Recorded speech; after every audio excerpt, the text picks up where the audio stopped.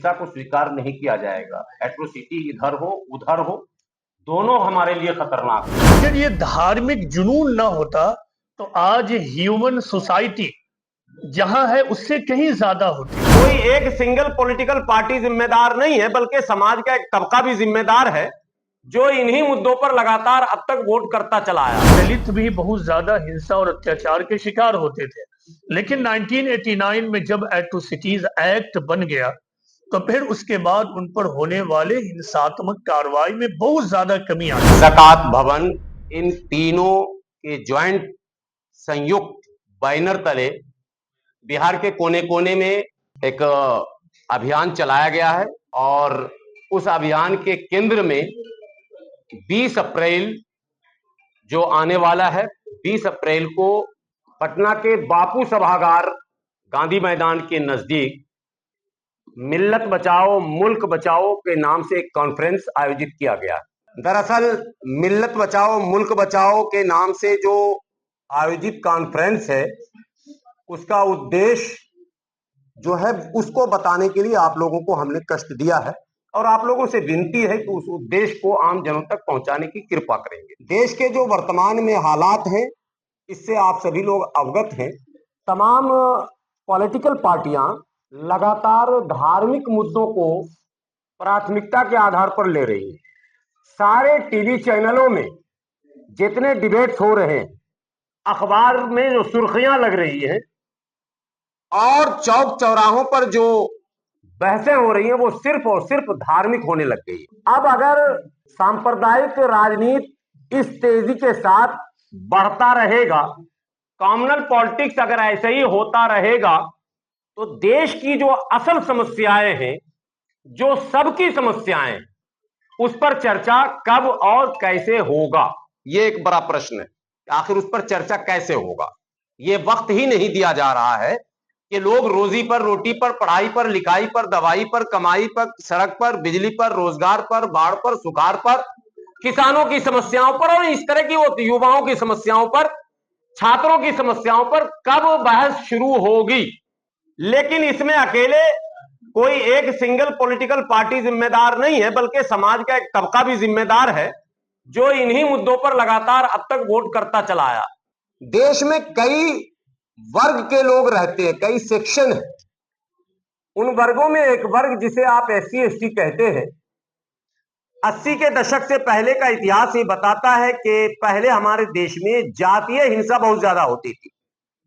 दबंगों के द्वारा, सामंतवादियों के द्वारा एक विशेष वर्ग पर, जिन्हें आप एससी एसटी कहते हैं, विशेष जातियों पर सामाजिक अत्याचार होता था, जुल्म ज्यादती होती थी, उनके साथ उनकी मॉब लिंचिंग हो जाती थी, उनके मोहल्लों में आग लगा दिया जाता था, उनके बहू बेटियों के साथ इज्जत से खेला जाता था, इत्यादि इत्यादि।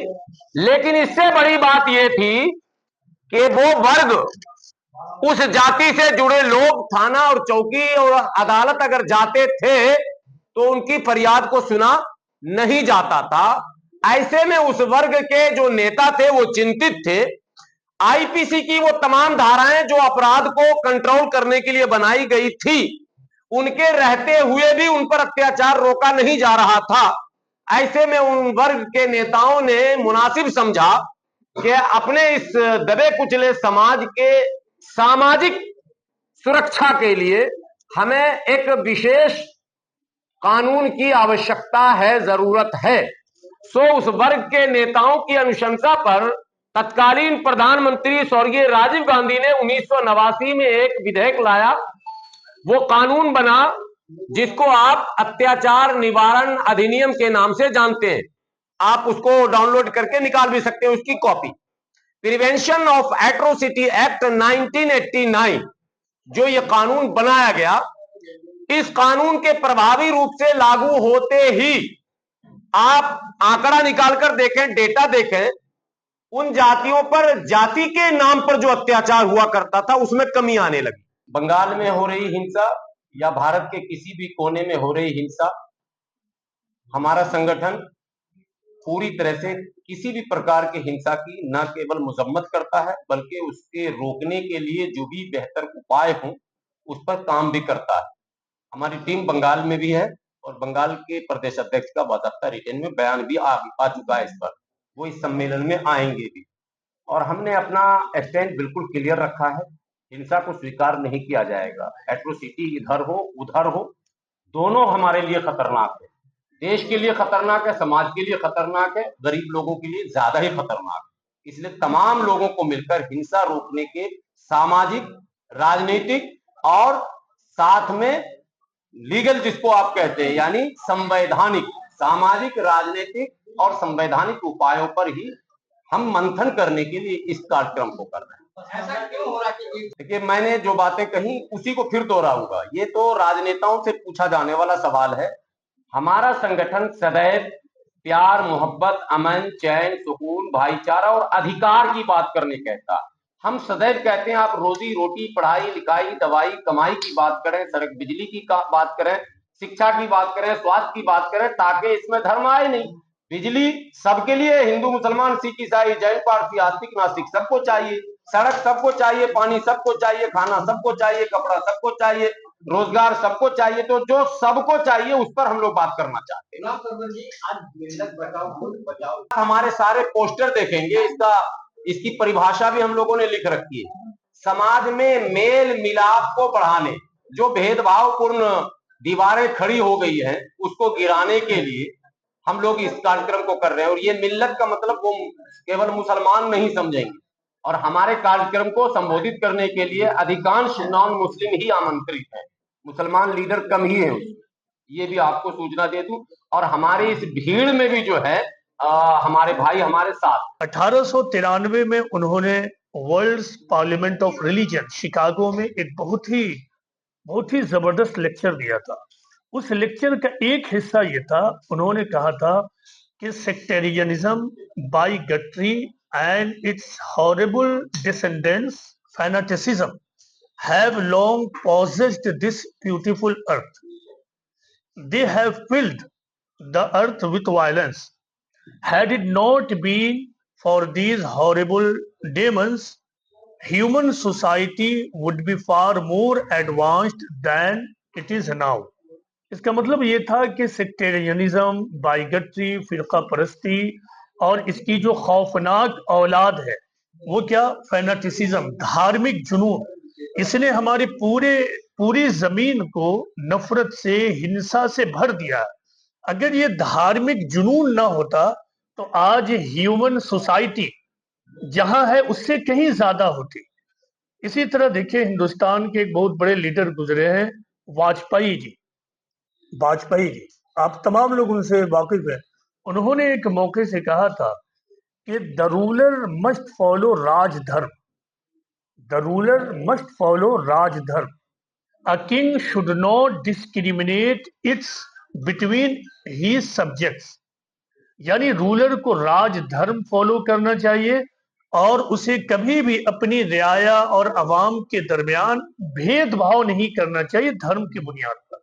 तो हमारा जो पर्पस है इस कॉन्फ्रेंस का, ये जो हिंदुस्तान के बड़े लोग, सेंट, बड़े लीडर्स, उन्होंने मुल्क में को बढ़ाना चाहा, तो उसको हम लोग अब आगे और बढ़ाएं।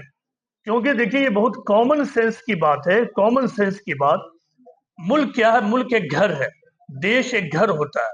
अगर किसी घर में 5 व्यक्ति है, 5 इंडिविजुअल है, और उस 5 इंडिविजुअल में 2 इंडिविजुअल कमजोर है, तो घर कभी मजबूत नहीं होगा जितना वो हो सकता था। और अगर पांचों के पांचों इंडिविजुअल्स और व्यक्ति मजबूत है तो घर और मजबूत होगा।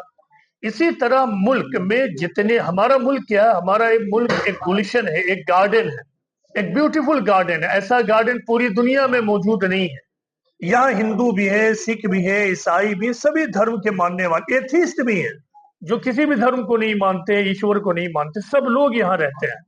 ऐसी हालत में कोई एक भी अगर कमजोर पड़ जाए तो इसका सीधा प्रभाव मुल्क पर पड़ेगा।